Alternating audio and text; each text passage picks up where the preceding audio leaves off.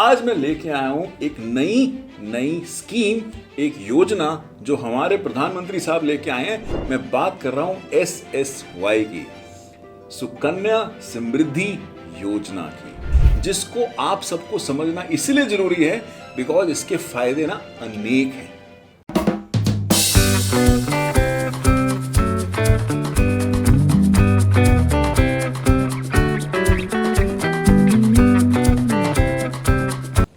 Hi everyone, a very warm welcome to my channel.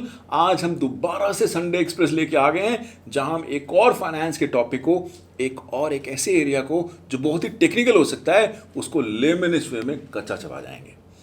आज मैं लेके आया हूं एक नई स्कीम, एक योजना जो हमारे प्रधानमंत्री साहब लेके आए हैं, जिसको आप सबको समझना इसलिए जरूरी है बिकॉज इसके फायदे ना अनेक हैं।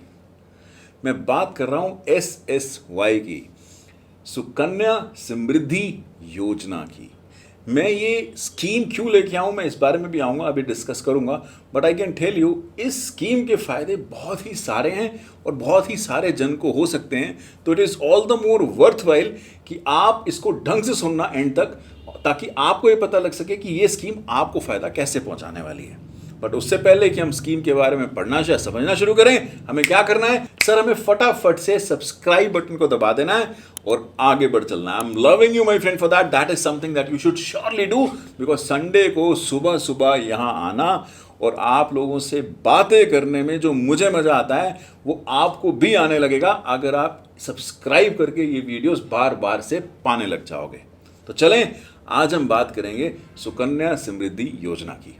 मेरे जो एक भाई साहब है ना, उनकी ना 2 सुपुत्रियां हैं और वो ना बड़े चिंतित रहते हैं कि भाई इनकी पढ़ाई का क्या होने वाला है, भाई इनकी शादी का क्या होने वाला है, भाई कोई इन्वेस्टमेंट अपॉर्चुनिटी बता दे। तू तो फाइनेंस की इतनी बातें करता रहता है, कोई इन्वेस्टमेंट अपॉर्चुनिटी तो बता। तो ये स्कीम ना, जो मैं SSY की बात कर रहा हूँ, ये मैंने उन्हें भी सजेस्ट करी है। और क्यों करी है, हम आज उस बारे में डिटेल में चर्चा करने वाले हैं। ये स्कीम जो कि सुकन्या समृद्धि योजना है, ये स्कीम हमारे प्रधानमंत्री साहब लेके आए 2 कारणों से।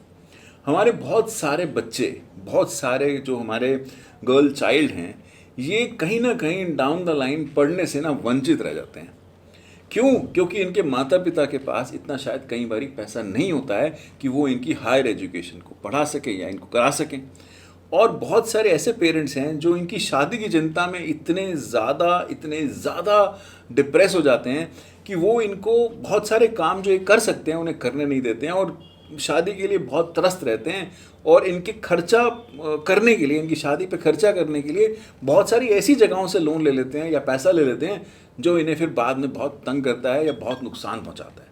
इसलिए हमारे प्रधानमंत्री साहब आगे आए और उन्होंने बोला कि नहीं भाई, ये तो गलत हो रहा है, हम ना एक नई योजना लेके आते हैं जिसका नाम है SSY, सुकन्या समृद्धि योजना, जिसके तहत हम उन सब बच्चों को, उन सब गर्ल चाइल्ड को फायदा पहुंचाएंगे। ये तो बहुत अच्छी बात कही सर आपने, ये तो बहुत इंटरेस्टिंग लग रहा है। ये तो सर सही मायने में हर उस गर्ल चाइल्ड के लिए बहुत बेनिफिशियल हो सकता है। सुनने में तो ऐसा लग रहा है। थोड़ा सा स्कीम के बारे में बताओ। अरे आ रहा हूँ भाई, अभी आ रहा हूँ। इसी बारे में बात करनी है आज, और इसी बारे में डिटेल में जाना है कि स्कीम एक्चुअली में है क्या।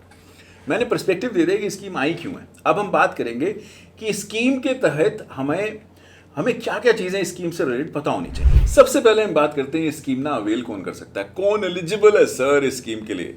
मैं तो कहूँगा आप भी एलिजिबल हो अगर आपके यहाँ गर्ल चाइल्ड है।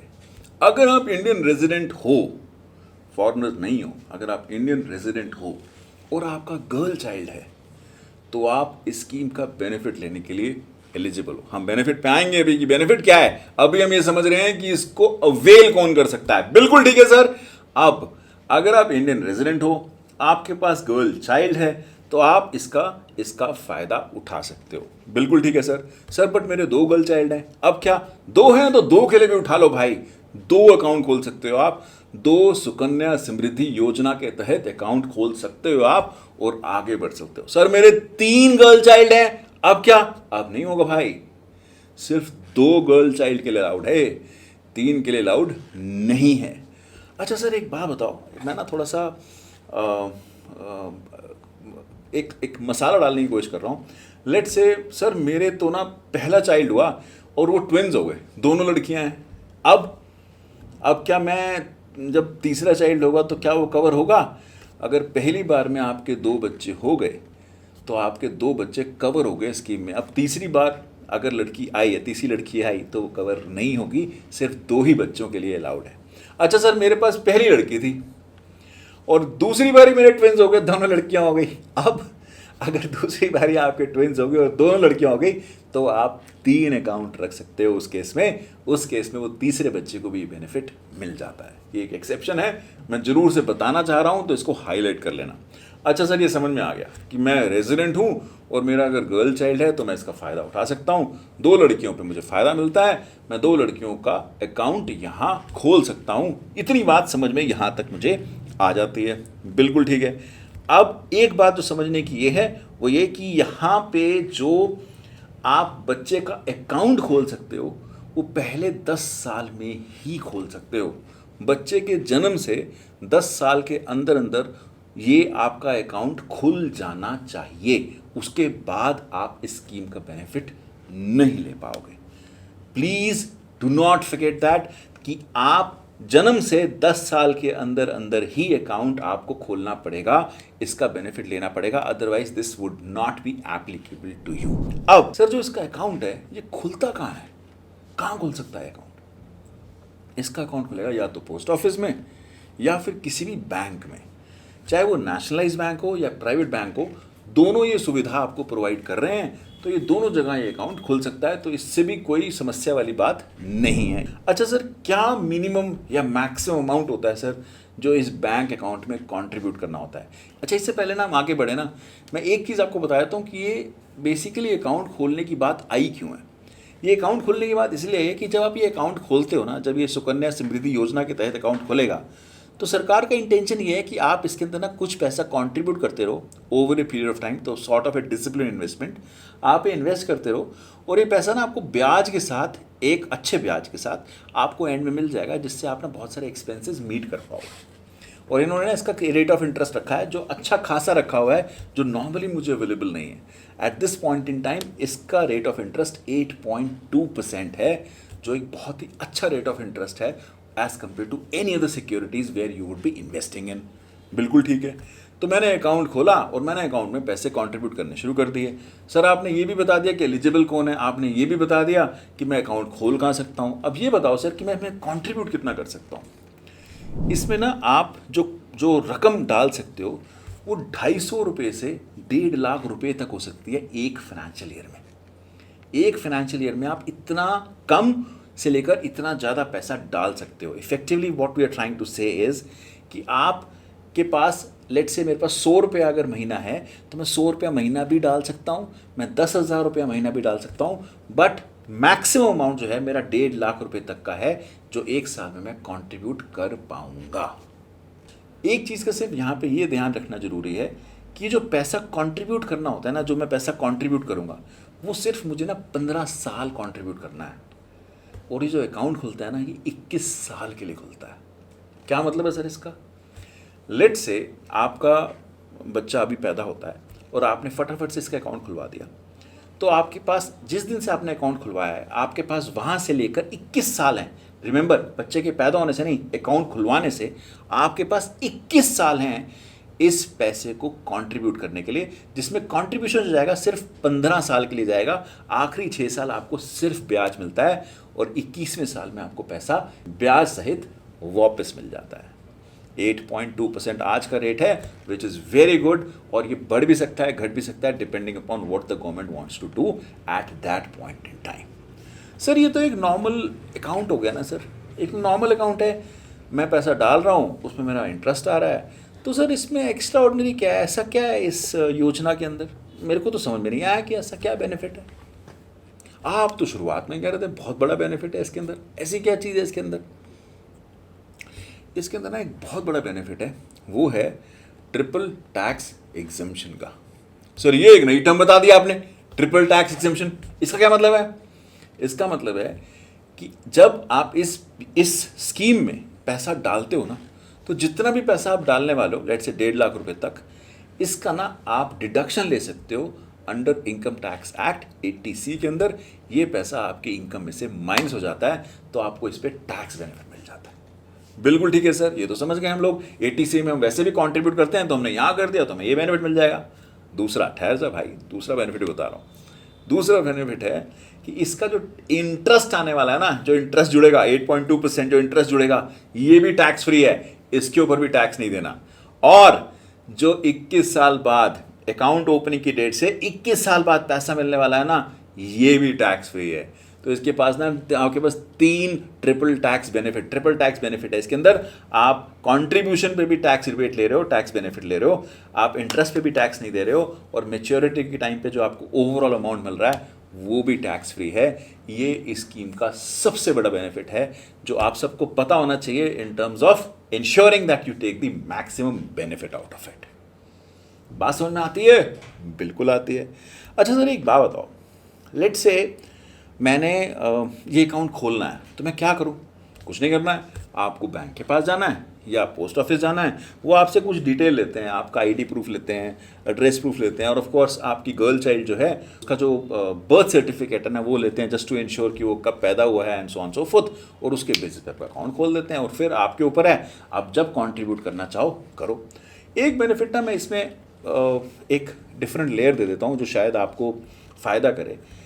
ये ना एक हिडन क्लॉज है इसके अंदर कि जो इंटरेस्ट कॉम्पुटेशन है ना वो 5 तरीके से ना पहले के पैसे के ऊपर होती है।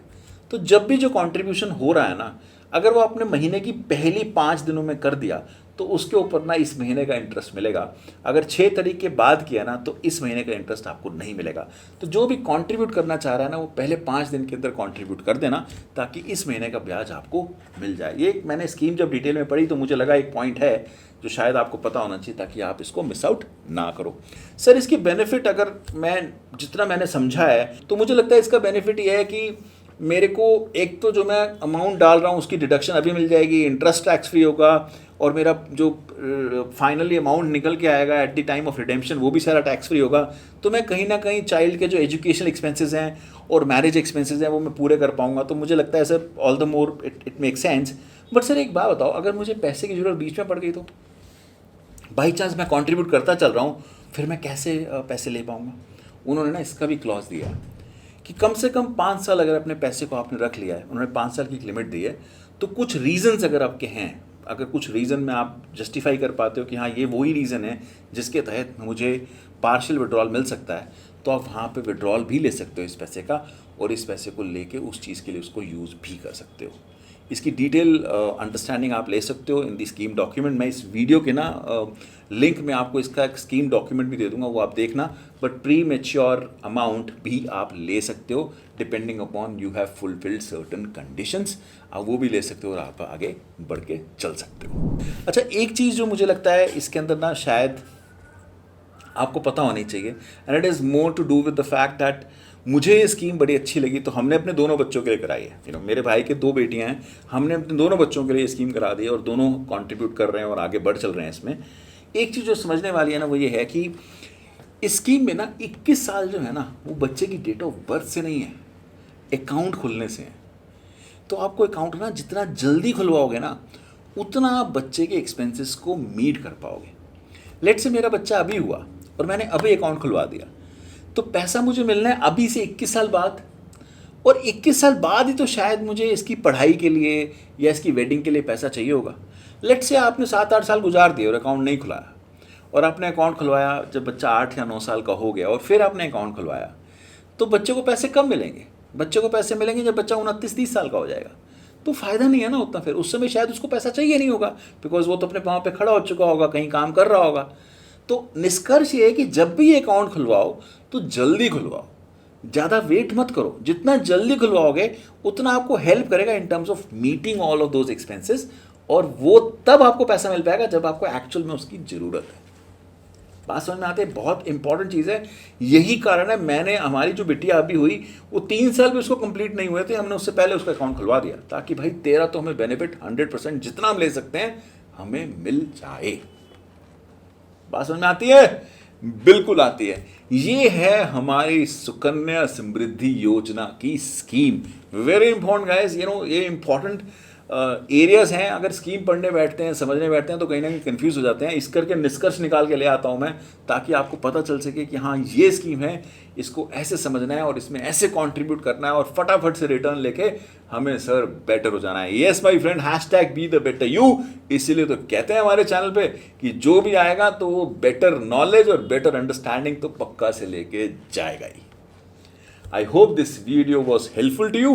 अगर अच्छा लगा हो तो एक लाइक तो बनता ही है, और जिस किसी को भी आपको लगता है पैसा कंट्रीब्यूट करना चाहिए इस स्कीम में, उस तक ये वीडियो फटाफट से पहुंचाओ। I will see you again in the next one. Till then, this Pankaj Thingra signing off.